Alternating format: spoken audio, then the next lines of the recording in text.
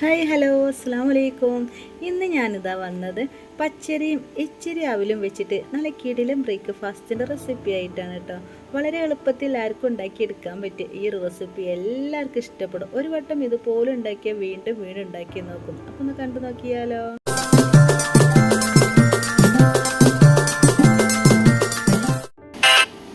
അപ്പോൾ അതാ പച്ചരിയും ഇച്ചിരി അവിലും കൊണ്ടുള്ള ഈ ഒരു കിടിലൻ ബ്രേക്ക്ഫാസ്റ്റ് റെസിപ്പി ഉണ്ടാക്കിയെടുക്കാൻ വേണ്ടിയിട്ട് ഞാനിതാ 2.5 ഗ്ലാസ് പച്ചരി 3 മണിക്കൂറോളം കുതിരാൻ വേണ്ടിയിട്ട് ഇതുപോലെ പാത്രത്തിൽ ഇട്ട് കൊടുത്തതാണ്. വളരെ എളുപ്പത്തിൽ ആർക്കും ഉണ്ടാക്കിയെടുക്കാൻ പറ്റുക ഈ ഒരു ബ്രേക്ക്ഫാസ്റ്റ് എല്ലാവരും ഉണ്ടാക്കി നോക്കണേ. എല്ലാവർക്കും ഇഷ്ടപ്പെടുക. അരിപ്പൊടി വെച്ചിട്ട് നമുക്ക് റെസിപ്പി ഉണ്ടാക്കിയെടുക്കാൻ പറ്റുക. ഇതിലേക്ക് ഞാനിതാ 1.5 തവി അവിലാണ് ഇട്ട് കൊടുക്കുന്നത്. നിങ്ങളെ കയ്യിൽ വെള്ളാവില്ല ഏതായാലും പ്രശ്നമല്ല കേട്ടോ. ഏതാണുള്ളത് അതിന് 1.5 തവി ഈ ഒരു അവിലിട്ട് കൊടുക്കുകയാണ്.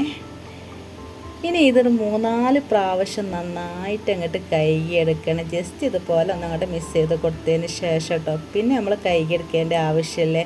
പിന്നെ നല്ല വെള്ളം ഒഴിച്ച് കൊടുത്തതിന് ശേഷം ആ ഒരു വെള്ളം കേട്ടോ നമ്മൾ അരക്കാൻ വേണ്ടിയിട്ട് ഇതിലേക്ക് ഒഴിച്ച് കൊടുക്കുന്നത്. അങ്ങനെ ഒരു 4-5 പ്രാവശ്യം കൈകെടുത്തതിന് ശേഷം ഞാൻ ഇതിലേക്ക് 2 തവി ചോറും കൂടി ഇട്ട് കൊടുക്കുന്നുണ്ട്. ബാക്കി വന്ന ചോറോ ഏതെങ്കിലും കയ്യിൽ ചോറുള്ള അതിന് 2 തവി ഇട്ടോ. ഇനി ഇതുപോലെ ജസ്റ്റ് എന്നങ്ങോട്ട് ഇളക്കി കൊടുത്തതിന് ശേഷം വെള്ളം നമ്മൾ ഈ ഒരു അരിക്കും ചോറിനൊക്കെ കുറച്ച് മുകളിലായിട്ട് തന്നെ ഒഴിച്ച് കൊടുക്കണേ.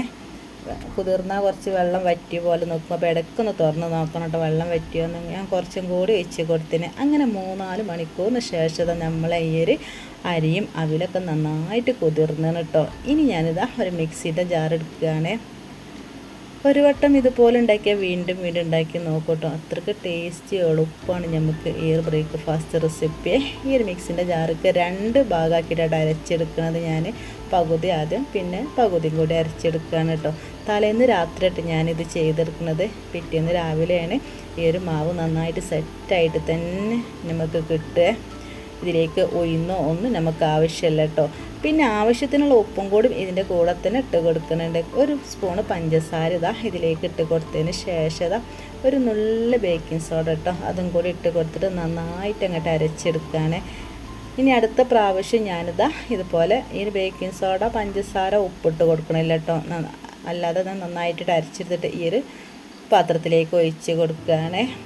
ഇനി കുറച്ച് വെള്ളം നിങ്ങൾക്ക് ഒഴിച്ച് കൊടുക്കട്ടെ. ഞാനിതെല്ലാം കുറച്ച് വെള്ളം ഇളക്കുമ്പോൾ ഇതിലേക്ക് ഒഴിച്ച് കൊടുത്തന്നെ. അപ്പോൾ നമ്മൾ മാവ് നന്നായിട്ട് ഏകദേശം 2 മിനിറ്റോളം ഇളക്കിയെടുക്കണം കേട്ടോ.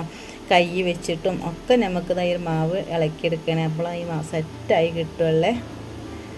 ഇനി 8 മണിക്കൂറോളം ഞാനിതാ റെസ്റ്റ് ചെയ്യാൻ വേണ്ടിയിട്ട് മാറ്റി വെക്കുകയാണ്. തലേന്ന് രാത്രി അരച്ച് വെച്ചിട്ട് പിറ്റേന്ന് രാവിലെ ഇട്ട് ഈ ഒരു മാവ് നന്നായിട്ട് സെറ്റായിട്ട് തന്നെ കിട്ടിയത് കണ്ടില്ലേ. ഇങ്ങനെ നിങ്ങൾ ചെയ്തെടുക്കുകയാണെങ്കിൽ നിങ്ങൾക്ക് എല്ലാവർക്കും മാവ് നന്നായിട്ട് പൊങ്ങി കിട്ടും. കുറച്ച് ബേക്കിംഗ് സോഡ മതി, ഒരുപാടൊന്നും വേണ്ടേ. ഇതുപോലെ നന്നായിട്ട് അങ്ങോട്ട് ഇളക്കിയെടുത്തതിന് ശേഷം ഞാൻ അപ്പം ഉണ്ടാക്കിയെടുക്കുകയാണ് കേട്ടോ. രാവിലെയൊക്കെ നമ്മൾ എണീക്കുമ്പോൾ എന്തുണ്ടാക്കാന്നുണ്ടാവും. തലേന്ന് രാത്രി ഇതുപോലെ അവിലൊക്കെ കയ്യിലുണ്ടെങ്കിൽ ഈ പച്ചരി അരിപ്പൊടി വെച്ചിട്ടൊക്കെ നമുക്കത് ഇതുപോലെ ഉണ്ടാക്കിയെടുക്കാൻ പറ്റും. ഉഴുന്നൊന്നും നമുക്ക് ആവശ്യമില്ല കേട്ടോ ഈ ഒരു റെസിപ്പി ഉണ്ടാക്കിയെടുക്കാൻ. ഇതുപോലെ നന്നായിട്ട് അങ്ങോട്ട് ഇളക്കി കൊടുത്തതിന് ശേഷം ഞാനൊരു പാൻ അടുപ്പത്ത് വെച്ചതിന് അതിലേക്ക് ഓരോ തവി മാവ് ജസ്റ്റ് അങ്ങോട്ട് ഒഴിച്ച് കൊടുത്തതിന് ശേഷം ഇങ്ങനെ പറ്റി കൊടുക്കാൻ കേട്ടോ. ഈ ഒരു സമയത്ത് നമ്മൾ പാരണ സമയത്ത് തീയൊന്ന് കുറച്ച് കൊടുക്കണം. പിന്നെ ജസ്റ്റ് അങ്ങോട്ട് കൂട്ടി കൊടുത്താൽ മതി. ഈ ഒരു ബബിൾസ് വന്നതിന് ശേഷമായിട്ട് മൂടി വെക്കേണ്ടത്. അപ്പോൾ നമ്മളെ ഈ ഒരു അപ്പം സെറ്റായതിന് എളുപ്പമാണ് കേട്ടോ. കറിയൊന്നും ഇല്ലെങ്കിലും കഴിക്കാൻ പറ്റുക. ഈ ഒരു ചൂടോടുകൂടി കഴിക്കാൻ അടിപൊളിയാണ്. ഇനി ഇതിൻ്റെ മുകളിലായിട്ട് നിങ്ങൾക്ക് നെയ്യോ പിന്നെ എണ്ണ എന്തെങ്കിലുമൊക്കെ ഒഴിച്ച് കൊടുക്കട്ടെ. ഞാൻ പിന്നെ ഒന്നും ഒഴിച്ച് കൊടുക്കണില്ലേ. അങ്ങനെ രണ്ടാമത്തെ പ്രാവശ്യം ഞാനിതാ ഈ ഒരപ്പം ഉണ്ടാക്കിയെടുക്കുകയാണ്. നിങ്ങൾക്ക് കുറച്ചും കൂടിയൊക്കെ നെരിച്ചിൽ വേണമെന്നുണ്ടെങ്കിൽ ഒന്നും കൂടി ഒരു 2 മിനിറ്റും കൂടി വെച്ചാൽ മതി കേട്ടോ. അപ്പോൾ കണ്ടില്ലേ നമ്മൾ അപ്പമൊക്കെ സെറ്റായി ഇങ്ങനെ വരികയാണ്. രാവിലെയൊക്കെ എല്ലാവർക്കും ഇഷ്ടപ്പെടും കേട്ടോ ഈ ഒരപ്പം. ചൂടോട് കൂടി കഴിക്കാൻ കറി ഉണ്ടെങ്കിൽ അങ്ങനെയും കഴിക്കാൻ പറ്റും. അപ്പോൾ ഞാൻ 2 മിനിറ്റും കൂടി കുറച്ചും കൂടി വെച്ചപ്പോൾ നമ്മളെ ഈ ഒരു അപ്പം നല്ല നെരിച്ചിലോട് കൂടി തന്നെ കിട്ടണേ. ഈ ഒരു അപ്പം തന്നെ നല്ല കട്ടിയിൽ തന്നെ ഉണ്ടാക്കിയെടുക്കാൻ പറ്റുക. അതിന് വേണ്ടിയിട്ട് ഇതുപോലെ അധികം അങ്ങോട്ട് പരത്തരുത് കേട്ടോ.